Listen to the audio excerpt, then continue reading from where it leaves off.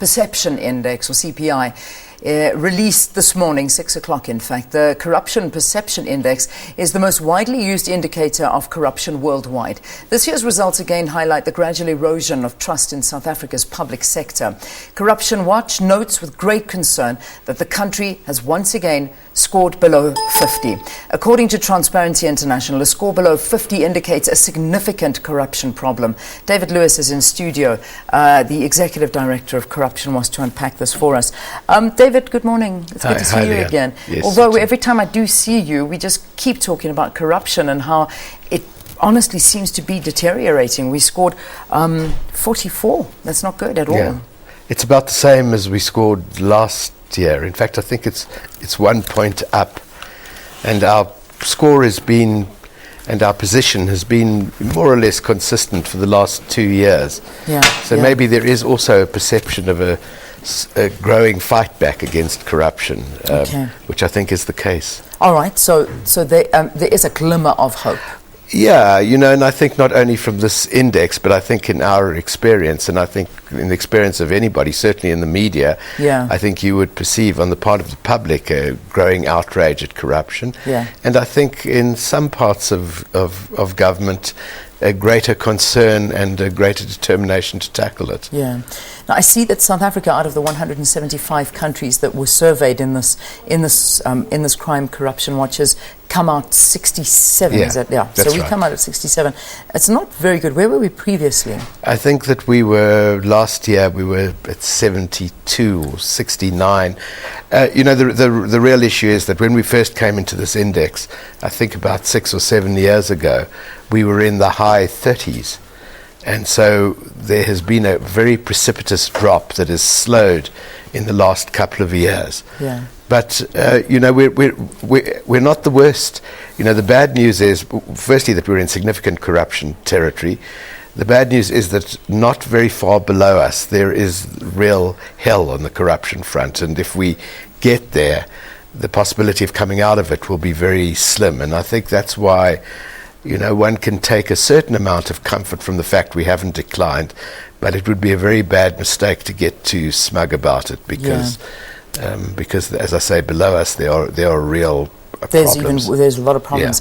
You do, however, say in this report, it does not include the Public Protector and Special Investigating Unit report into President Jacob Zuma's Nkandla a homestead upgrade of 246 million. Had that been included, do you think that this would have been... I think it would have been considerably worse. I mean, this is a global survey, so I think that these results are gleaned from various national surveys conducted probably about 6 months ago.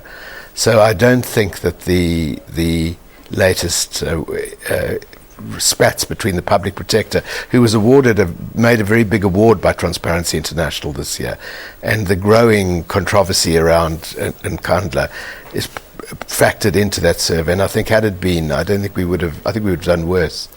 What does this do to our perception around the world? Because, I mean, this index is taken very, very seriously. Yeah, it is.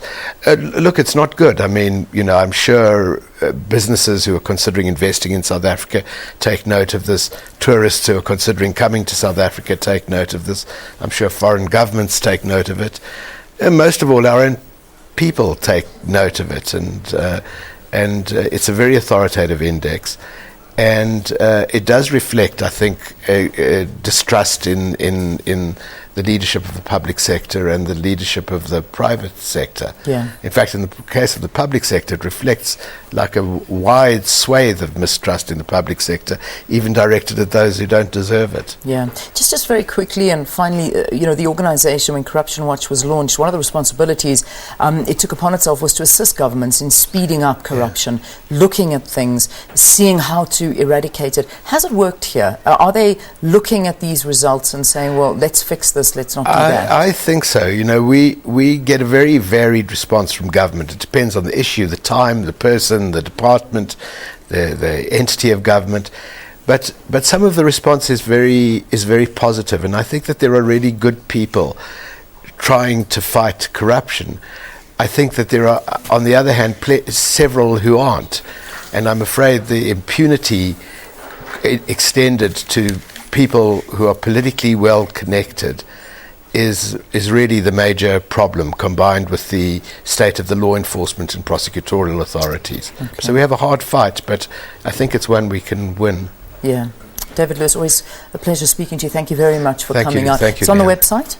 Yes. All right, yes. what's the website again? corruptionwatch.org.za. Right, .org.za. Go and visit it. You can read it for yourself. But one thing I will highlight for you is within sub-Saharan Africa, South Africa came out as the 9th least corrupt country, which is good. The least corrupt country is Botswana, and according to the survey, Somalia is ranked the most corrupt in sub-Saharan